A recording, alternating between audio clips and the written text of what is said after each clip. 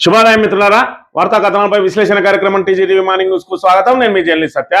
ముందుగా రాష్ట్రంలోని ప్రధాన వార్తలను కనుక పరిశీలించినట్లయితే, ముఖ్యమంత్రి అనే వ్యక్తికి మరి ఇక్కడ దయ, జాలి, క్షమాగుణం ఉండాలి. కానీ మన ముఖ్యమంత్రి రేవంత్ అన్నకు మాత్రం మరి ఇక్కడ సాడిస్టిక్ ప్లెజర్ ఉన్నదని చెప్పి ఆయన చెప్పిన మాటలు ఏవైతే ఉన్నాయో ఈ కూల్చివేతల సందర్భంగా పెద్దగా వైరల్ అవుతా ఉన్నాయి. మరి ఇక్కడ పైశాచిక ఆనందం ఉన్నది. వాళ్ళు బాధపడతా ఉంటే మనం లోపల మనకి సంతోషపడతా అని చెప్పి ఆయన ఏ సందర్భంలో మాట్లాడినా కానీ ఈ కూల్చివేతలకు మాత్రం అచ్చుగుద్దినట్టు సరిపోయినాయి అని చెప్పి మరి ఇక్కడ బీఆర్ఎస్ నాయకులు పదే మరి ఇక్కడ వాటిని అదైతే సోషల్ మీడియా ద్వారా విస్తృత ప్రచారం చేయడంతో మరి ఇక్కడ యావత్ తెలంగాణ కూడా బగ్గుమంటా ఉన్నది.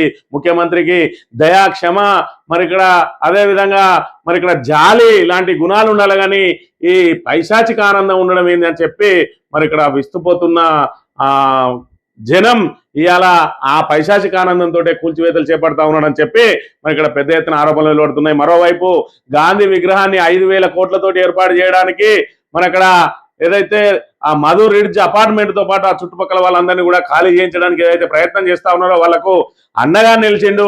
మరి ఇక్కడ డిమాలిషన్ లేకుండా అంటే కూల్చివేతలు లేకుండా మూసిని ఏ విధంగా అభివృద్ధి చేయవచ్చో గతంలో కేసీఆర్ చేసి చూపించిండు. మరి ఇప్పుడు ఎందుకు ఆ అభివృద్ధిని మరి అలా కొనసాగించడం విడిచిపెట్టి ఇవాళ రియల్ ఎస్టేట్ వ్యాపారానికి తెగబడతా ఉన్నదని చెప్పి కూడా పెద్ద ఎత్తున ఆరోపణలు వెలువడుతున్న వేళ నిన్నటి రోజున కేటీఆర్ పర్యటనకు బ్రహ్మరథం పట్టిన ఆయన కూడా బాధితుల ఏదైతే వాళ్ళ ఇండ్లు కూలిపోయే అక్కడి నుంచి ఖాళీ చేయాలని చెప్పి ఎవరికైతే నోటీసులు ఇచ్చిందో ఆ ప్రాంతాన్ని అంతా కూడా పాదయాత్ర చేసి వాళ్ళందరికీ కూడా మరి భరోసా కల్పించిన అంశాన్ని కూడా మనం చూడవచ్చు. ఇక పశ్చిమాసియాలో జరుగుతున్న యుద్ధానికి సంబంధించి చూసుకున్నట్టయితే మన ఒక సినిమాలో చూస్తాం మనం, ఏదైతే ఆ విలన్ మీదకి దాడికి వెళ్ళి మరి అక్కడ ఉన్న వాళ్ళందరినీ రౌడీలందరినీ కొట్టిన తర్వాత అసలోడేడి అని చెప్పి అడిగితే మీరు మొదటి గుద్దింది అతన్నే, అక్కడ బోల్తా పడ్డది ఆయననే అని చెప్పి ఏదైతే చెప్తారో ఇప్పుడు ఏదైతే ఇరాన్ మీద జరిగిన యుద్ధం పరిస్థితి కూడా అదే విధంగా ఉన్నది. ఖమేనీని మరి అంతమందించడానికి, ఇరాన్ సుప్రీం లీడర్ను అంతమందించడానికి జరిగిన మొట్టమొదటి దాడిలోనే ఖమేనీ మృతి చెందిండు. అయినప్పటికీ కూడా యుద్ధం కొనసాగుతా ఉన్నది. ప్రతీకార దాడులకు పాల్పడతా ఉన్నది ఇరాన్. మరి ఇక్కడ సౌదీ అరేబియాకు సంబంధించి అదేవిధంగా దుబాయ్కి సంబంధించి మరి ఇక్కడ ముస్లిం దేశాల మీదనే యుద్ధం చేస్తా ఉన్నది. ఒకవైపు ఇజ్రాయెల్, మరోవైపు అమెరికా ఇటు ఇరాన్ మీద దాడి చేస్తే ఇరాన్ మాత్రం తోటి ముస్లిం దేశాల మీద చేస్తా ఉన్నది. అక్కడ ఉన్నటువంటి అమెరికన్ బేస్ క్యాంపులు అన్నిటి మీద కూడా దాడులు చేస్తూ పనిలో పనిగా మరి దుబాయ్లోని హోటళ్ల మీద కూడా దాడి చేస్తూ, ఎయిర్పోర్ట్ల మీద కూడా దాడి చేస్తూ మరి వాళ్ళ కళ్ళల్లో వాళ్ళే పొడుచుకుంటున్నట్టుగా కనబడుతున్న అంశాన్ని మనం ఇక్కడ ప్రధానంగా చూడవచ్చు.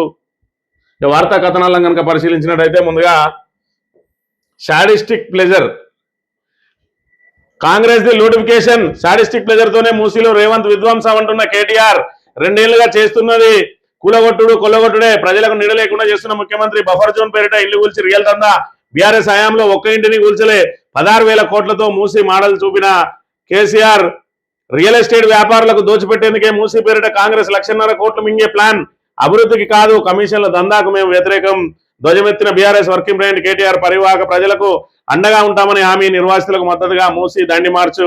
అడుగడుగున గోడు చెప్పుకుంటున్న బాధితులు అని చెప్పి మరి ఒకవైపు ఏమో ముఖ్యమంత్రి మరి ఇక్కడ సాడిస్టిక్ ప్లెజర్ అంటాడు, అంటే పైశాచిక ఆనందం ఉంటుంది, వాళ్ళు బాధలు పడతా ఉంటే నాకు సంతోషం వస్తుందని ఏదైతే ఆయన మాట్లాడిన మాటలు ఇప్పుడు పెద్ద ఎత్తున వైరల్ గా మారినాయి. ముందుగా ఆయన మాటలు విన్నట్టయితే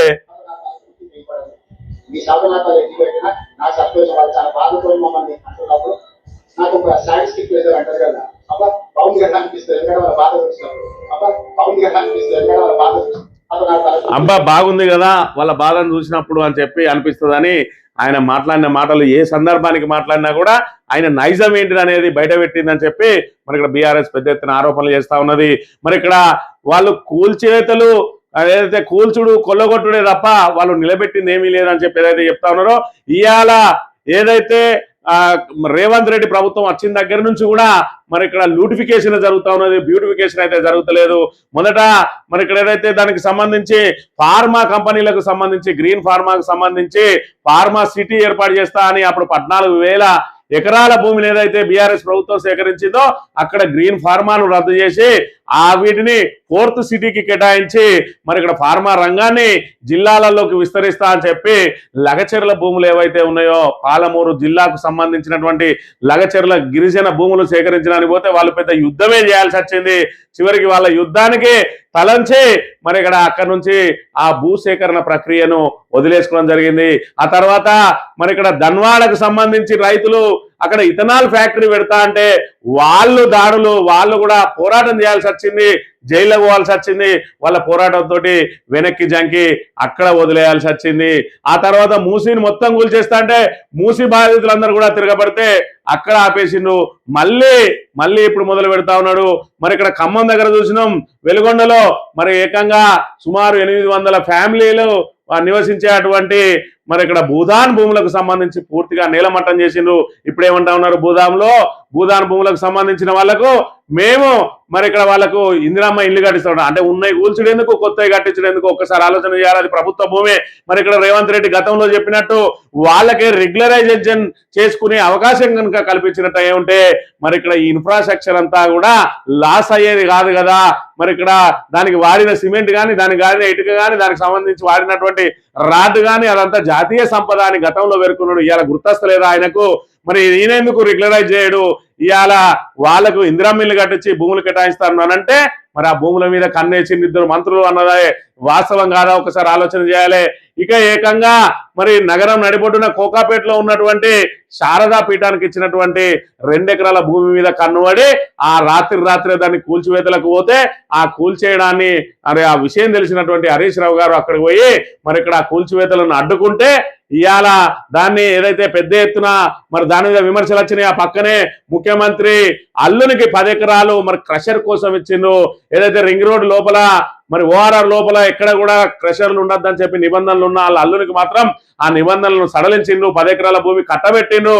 7 ఎకరాలు కబ్జా చేసిందని చెప్పి దాన్ని వెలుగులోకి తేవడంతో వెనక్కి తగ్గి శారదా పీఠం భూములను వదిలేయడమే కాకుండా శ్రీధర్ బాబు నిన్న పోయి ఆయన ఏం మాట్లాడతాడు, ప్రభుత్వం బేసిజాలకు పోవడం లేదు, ఆ భూమి విశాఖ శారదా పీఠం వారిదే, కోకాపేట శ్రీ శారదా పీఠం విషయంలో రాష్ట్ర ప్రభుత్వం బేసిజాలకు పోవడం లేదని అధికారులు అందించిన సమాచారంలో ఇక్కడ నిర్మాణాలు లేవనే ఉద్దేశంతో ప్రభుత్వం తీసుకోవాలని ప్రయత్నించిందని రాష్ట్ర ఐటీ పరిశ్రమల శాఖ మంత్రి శ్రీధర్ బాబు అన్నారు.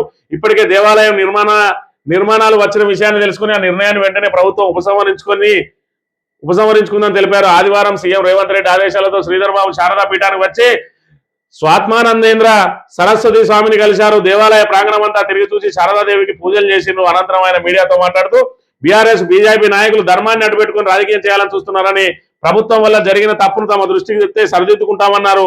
తమకు అన్ని ధర్మాలు సమానమని, హిందూ ధర్మ అభివృద్ధికి ప్రభుత్వం ప్రత్యేకంగా కృషి చేస్తుందని తెలిపారు. ప్రభుత్వానికి తప్పుడు సమాచారం ఇచ్చిన అధికారులపై చర్యలు తీసుకుంటామన్నారు. కాంగ్రెస్ ప్రభుత్వంలో భూములు తీసుకునే సమయంలో నేరుగా బుల్డోజర్లు దించుతున్నారని, కాంగ్రెస్ కూల్చివేతలు ప్రభుత్వంగా మారిందని విమర్శలు వస్తున్నాయని విలేకరులు అడిగిన ప్రశ్నకు సమాధానంగా బుల్డోజర్లు ఎక్కడున్నాయో చూపాలని, ప్రతిపక్షాలు ఏఐ టెక్నాలజీని వాడి సృష్టిస్తే తాము ఏం చేయలేమని శ్రీధర్ బాబు అన్నారు. ఎంత అబద్ధాలు వీళ్ళకి వచ్చిన, కాంగ్రెస్ వాళ్ళకి వచ్చిన అబద్ధాలు భారతదేశంలో ఎవరికి రావు కావచ్చు, అందులో ముఖ్యంగా శ్రీధర్ బాబుకి. ఎందుకంటే ఇవాళ ప్రజలను మోసం చేయడానికి మరి ఇక్కడ ఏదైతే మేనిఫెస్టోకు రూపకల్పన చేసిందో మేనిఫెస్టో కమిటీ చైర్మనే శ్రీధర్ బాబు.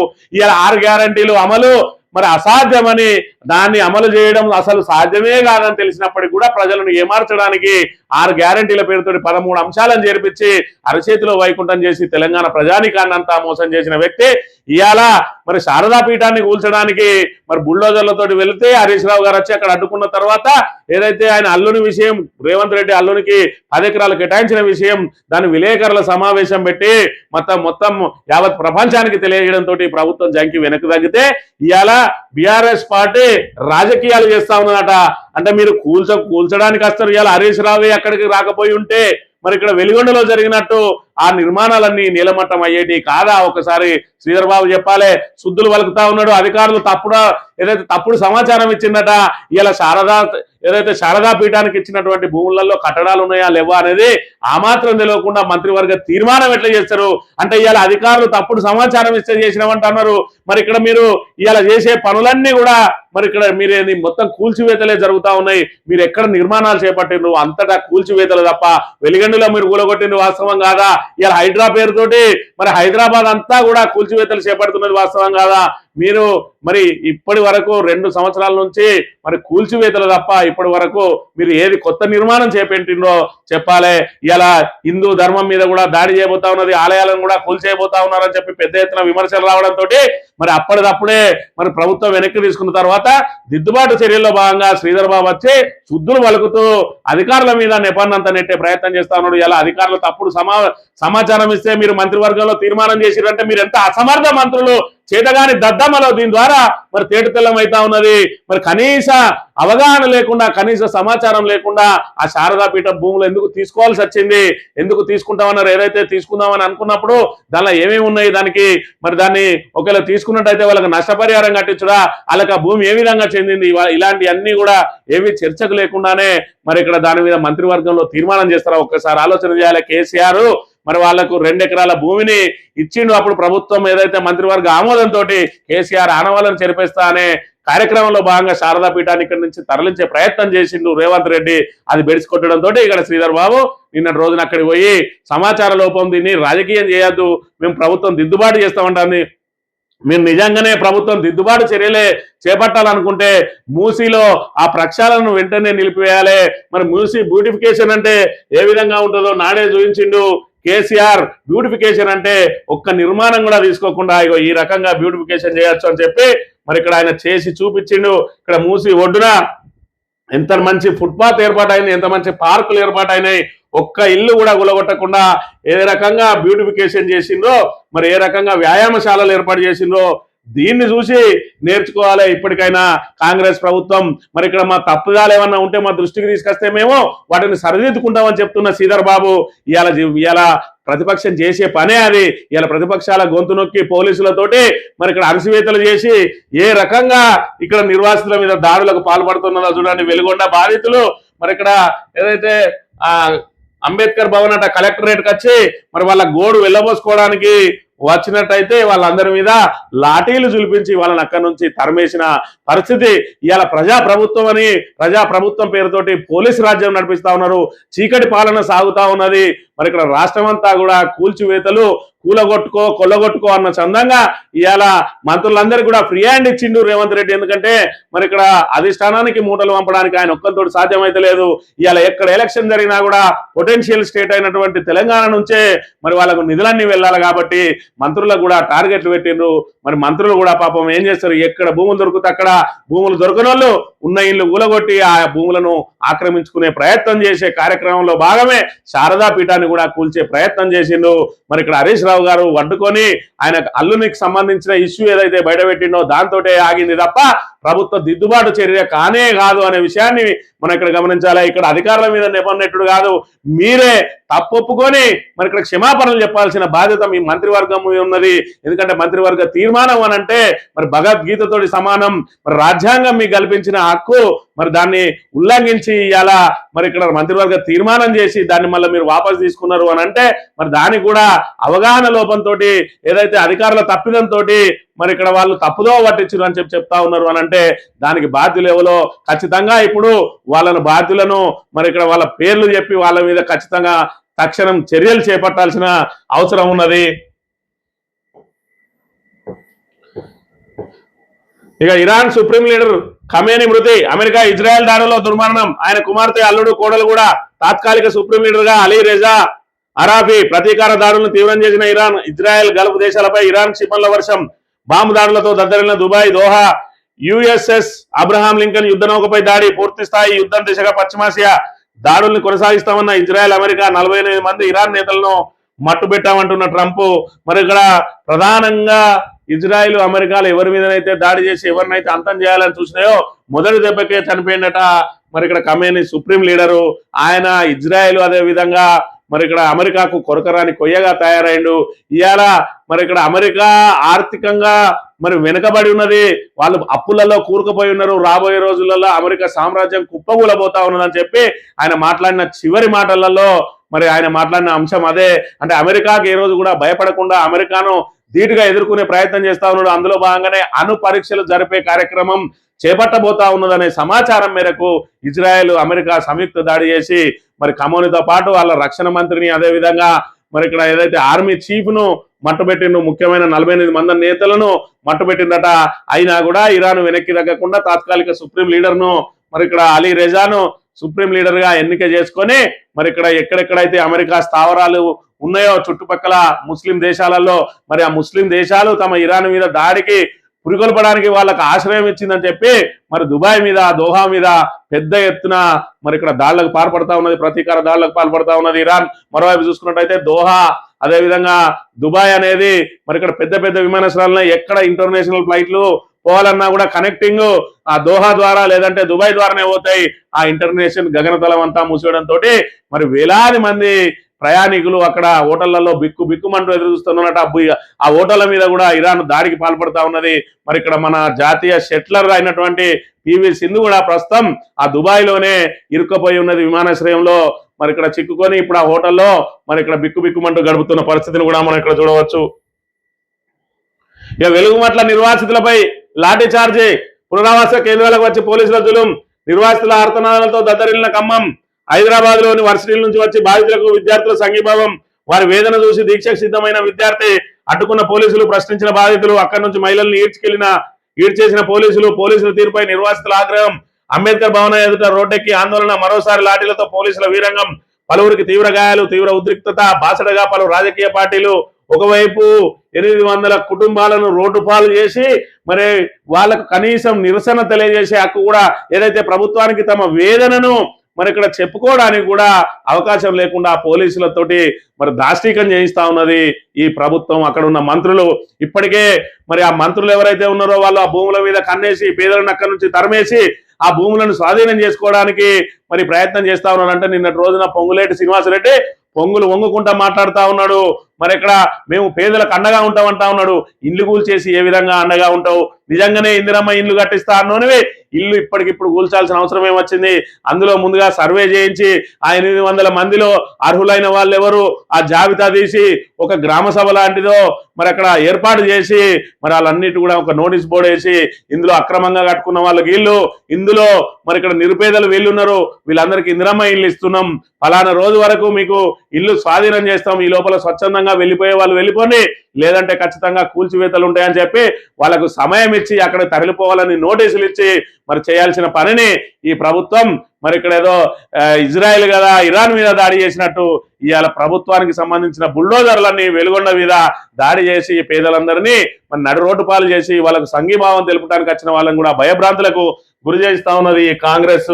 మరి పోలీసులను అడ్డం పెట్టుకొని ఈ అధికారం అండతో అక్రమాల ఇన్నింగ్స్, మంత్రి చేతిలో కీలుబొమ్మగా మారిన హెచ్సిఏ ఛార్జ్షీట్ వేయకముందే గత అధ్యక్షుడిపై అనర్హత, అంబుడ్స్మన్ న్యాయ పరిధి దాటినట్టు ఆరోపణలు, ఆగమేఘాల మీద కొత్త అధ్యక్షుడు నియామకం, బైలాస్ కు విరుద్ధంగా ఎన్నికల నోటిఫికేషన్ అని చెప్పి మరి ఇక్కడ అధికారం అండతోటి అక్రమాల ఇన్నింగ్స్ అని చెప్పి హైదరాబాద్ క్రికెట్ అసోసియేషన్ కు సంబంధించి దాన్ని ఏ విధంగానన్నా మరి చెప్పు చేతుల్లో పట్టుకోవాలని చెప్పి అక్కడ ఉన్న అధ్యక్షుడి మీద అనేక ఆరోపణలు చేయించి ఆయనను పక్కకు తప్పించి ఛార్జ్ షీట్ వేయకముందే మరి ఇక్కడ ఒక మంత్రి దాని మీద కన్నేసినట. ఆ మంత్రి కనుసన్నలలో ఇప్పుడు ఆ హెచ్సిఏ సాగుతా ఉన్నది. ఇక కేరళకు మూటలు, భరోసాకు కోతలు, 1000 కోట్ల కోసమే పంట పెట్టుబడి సాయం నిలిచివేత, రైతు భరోసాకు దాదాపు 9,000 కోట్లు అవసరం, ఆ డబ్బుతో కాంట్రాక్టర్ల బిల్లుల చెల్లింపులకు ప్లాన్, కీలక నేతలు బంధువుల కంపెనీలకు ప్రాధాన్యం, తద్వారా వచ్చే కమిషన్లు కేరళకు పంపే కుట్రలు. ఈ కేరళ ఎన్నికలేమో కానీ పాపం మన ముఖ్యమంత్రి అదేవిధంగా మంత్రుల మెడకు ఇదేదైతే ఆ టార్గెట్ల కత్తి వేలాడుతా ఉన్నది.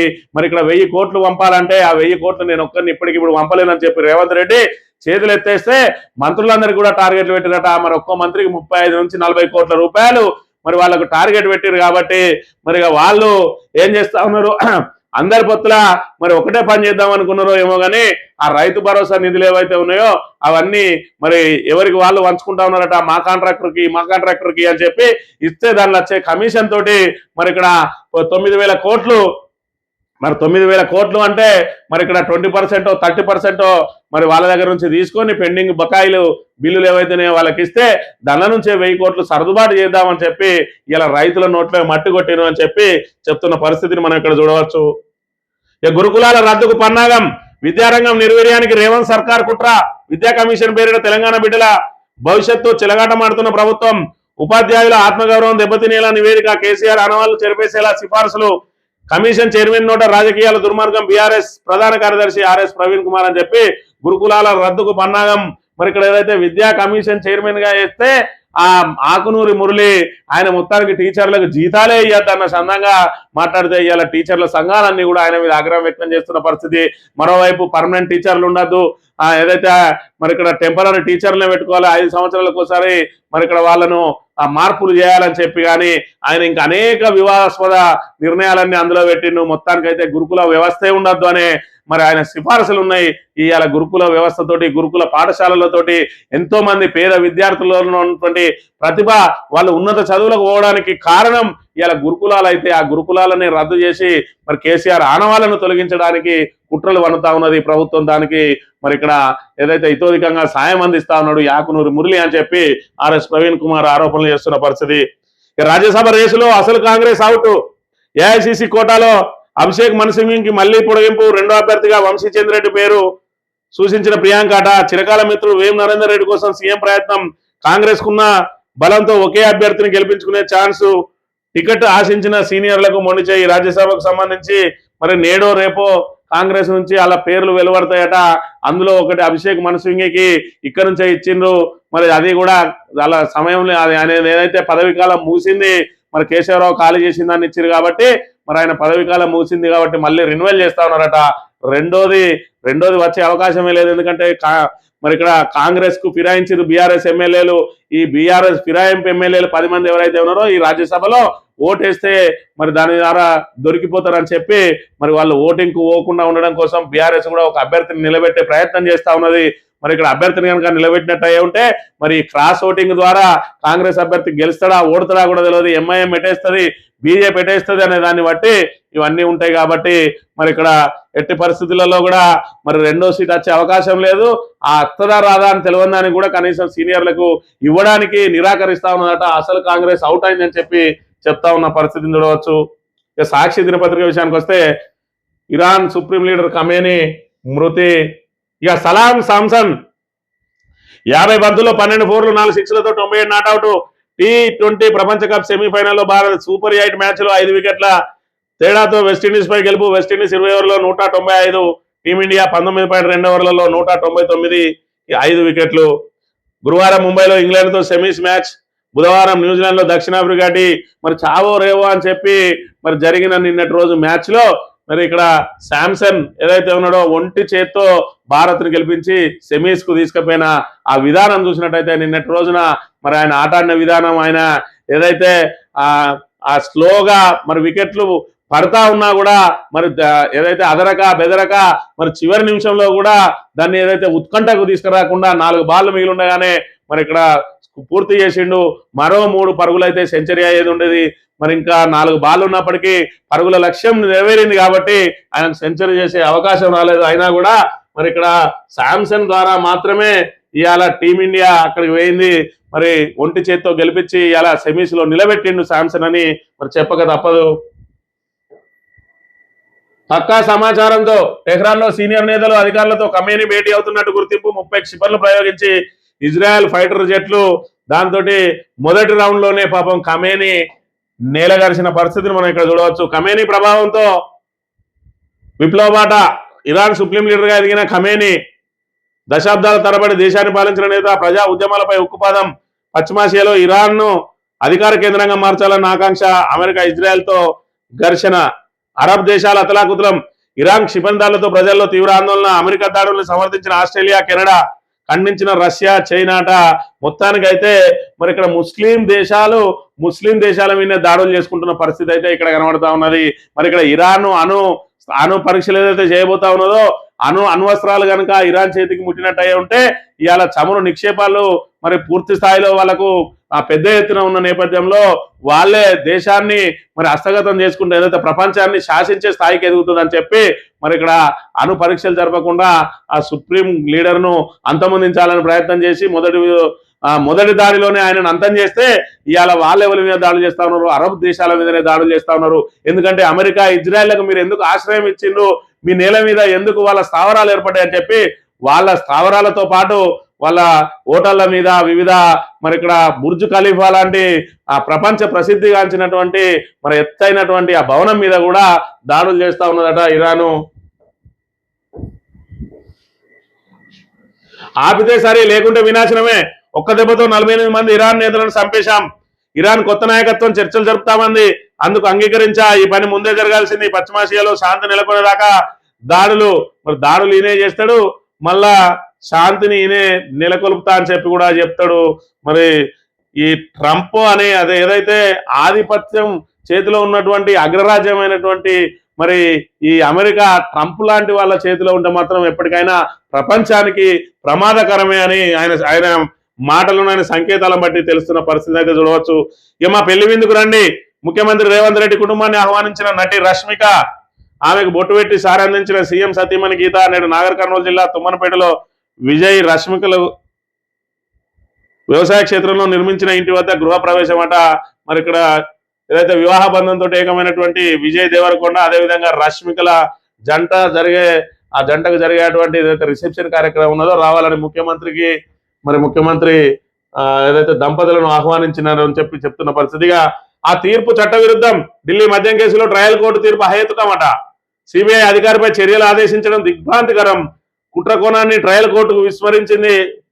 తీర్పుపై హైకోర్టులో సవాల్ చేసిన దర్యాప్తు సంస్థ 974 పేజీలతో రివిజన్ పిటిషన్ 9న విచారణ అట. మరి ఇక్కడ వాళ్ళకు ఇక్కడ ఢిల్లీ రౌస్ అవెన్యూ కోర్టులో ఏదైతే మరి చుక్కెదురైందో దాన్ని ఢిల్లీ హైకోర్టులో వేస్తా ఉన్నదట. ఈ సందర్భంగా వాళ్ళు వ్యాఖ్యానించిన వ్యాఖ్యలను ఇలా ఆంధ్రజ్యోతుడు దాన్ని పెద్దగా చేసి చూపిస్తా ఉన్న పరిస్థితిని కూడా మనం ఇక్కడ చూడాలి. ఇక మావోయిస్ట్ అగ్రనేత సాంబయ్య లొంగుబాటు, మరి మావోయిస్టు పూర్తిగా తుడుచుకుపెట్టిపోయినట్టే. ఇక ఖమేనీ మృతికి సంబంధించిన అన్ని పత్రికలు కూడా ప్రధాన వార్తగా ప్రచురించిన అంశాన్ని ఇక్కడ చూడవచ్చు. ఇరాన్ భవిష్యత్తు ఏంటి? వీలైనంత త్వరలో కొత్త సుప్రీం లీడర్ నియామకం, ఆ బాధ్యత మత పెద్దల కమిటీదే. మరి ఆ సుప్రీం లీడర్ని ఎన్నుకున్న తర్వాత అమెరికా ఇజ్రాయెళ్లతోటి చర్చలు జరుపుతా యుద్ధాన్ని కొనసాగిస్తారా అనే దాన్ని బట్టి ఇరాన్ భవిష్యత్తు ఉండబోతా ఉన్నది. అర్హులకు 15 లోపు ఇళ్ల మంజూరు చేస్తా. వెలుగుమట్లలో అక్రమంగా వసూలు చేసిన సొమ్మును పేదలకు ఇప్పిస్తాం. రెవెన్యూ శాఖ మంత్రి పొంగులేటి శ్రీనివాసరెడ్డి.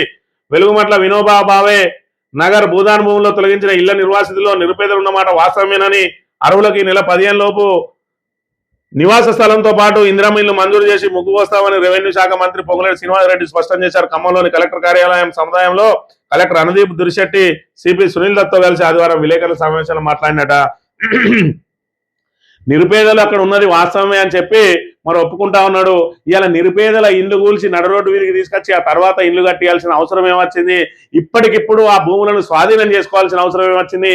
వాళ్లకు ఏదైతే నిరుపేదలను గుర్తించి అందులో సర్వే చేపట్టి వాళ్ళందరితోటి ఎవరు నిరుపేదలు, ఎవరు అక్రమంగా ఉంటా ఉన్నారు, ఎవరు దీన్ని అక్రమంగా అమ్మకాలు జరిపిందని చెప్పి దీని మీద ఒక సమగ్రంగా విచారణ చేయడానికి ఒక కమిటీని ఏర్పాటు చేసి దాన్ని విచారణ చేసి ఎవరెవరైతే నిరుపేదలు ఉన్నారో వాళ్ళందరికీ ముందే ఇందిరమ్మ ఇల్లు కేటాయించి భూమి కేటాయించి వాళ్ళకు ఇంటి నిర్మాణం చేపట్టిన తర్వాత వాళ్ళని ఇక్కడ నుంచి కాల్ చేయించి సీదా ఇంట్లోకి తీసుకుపోయిన తర్వాత ఆ స్థలాన్ని స్వాధీనం చేసుకుంటే వచ్చే నష్టం ఏంది? ఇప్పటికిప్పుడు ఆ భూమిని తీసుకొని ఆ భూమిని ఏం చేసుకుంటాడు పొంగులేటి శ్రీనివాసరెడ్డి ఒకసారి ఆలోచన చేసుకోవాలి. ఇవాళ ఏదైతే పెద్ద ఎత్తున నిరసనలు వ్యక్తమవుతున్నాయి కాబట్టి అర్హులకు ఇందిరమ్మ ఇల్లు ఇస్తా అంటున్నారు, లేదంటే వాళ్ళని నడి రోడ్డు మీద వదిలేసేటోళ్ళు కాదా అనే విషయాన్ని మనకి ఇక్కడ గమనించాలి. ఇవాళ భూములను స్వాధీనం చేసుకోవాలి. దాని మీదకి వెళ్ళి ఇప్పుడు ఏదైనా వేయబోతుంది, వీళ్ళు అడ్డంగా ఉన్నారు, వీళ్ళు జరిగితే తప్ప పనులయ్యే అవకాశం లేదు అన్న రోజున వాళ్ళని అప్పటికప్పుడు తరలించాలి తప్ప ఇప్పుడు ఎందుకు వెంటనే ఆ భూములను మీరు మొత్తానికి ఆ ఇండ్లను నేలమట్టం చేయాల్సిన అవసరం ఏమొచ్చింది? వాళ్ళను నడి రోడ్డున పడేయాల్సిన అవసరం ఏమొచ్చింది? ఇవాళ చెట్టుకొగలు పుట్టకొగలైనరు.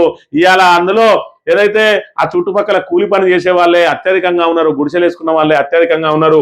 9 మందో ఎవరైనా పక్కా ఇల్లు కట్టుకొని ఉండవచ్చు, కానీ ఆ 10 మంది కోసమో ఇవాళ ఈ 600-700 మందిని నడి రోడ్డు మీద పడేస్తే వాళ్ళకు నిలువ నీడలేక ఇప్పుడు వాళ్ళకు ఏదైతే వాళ్ళు కూలి పనికి వెళ్ళడమా, ఆ వస్తువులను చెట్ల కింద పెట్టుకొని వాళ్ళు చూస్తూ కూర్చోవడమా, వాళ్ళకు అన్నం ఎవరు పెడతారు, వాళ్ళ పిల్లలకు మరి అందుబాటులో ఉన్న స్కూల్కి పోవాలంటే ఏ విధంగా పోగలుగుతారో ఒకసారి ఆలోచన చేయాలి.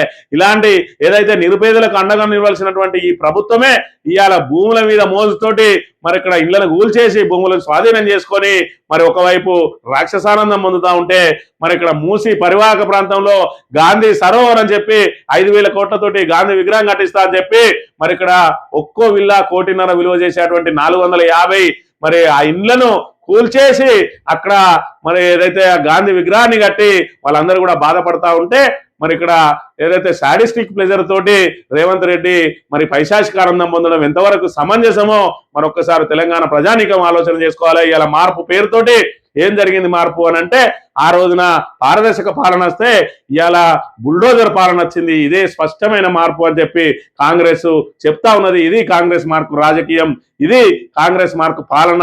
మరి ఇప్పటికైనా ప్రజలే మరి ఇక్కడ ఏదైతే ఆ వంచనకు గురైనరో వాళ్ళే పోరాటం చేసి కాంగ్రెస్ మెడలు వంచాల్సిన బాధ్యతను తీసుకోవాలని చెప్పి కోరుతూ ఇది ఈ రోజు మార్నింగ్ న్యూస్ 3 రేపు వెళ్తాం. Thank you very much.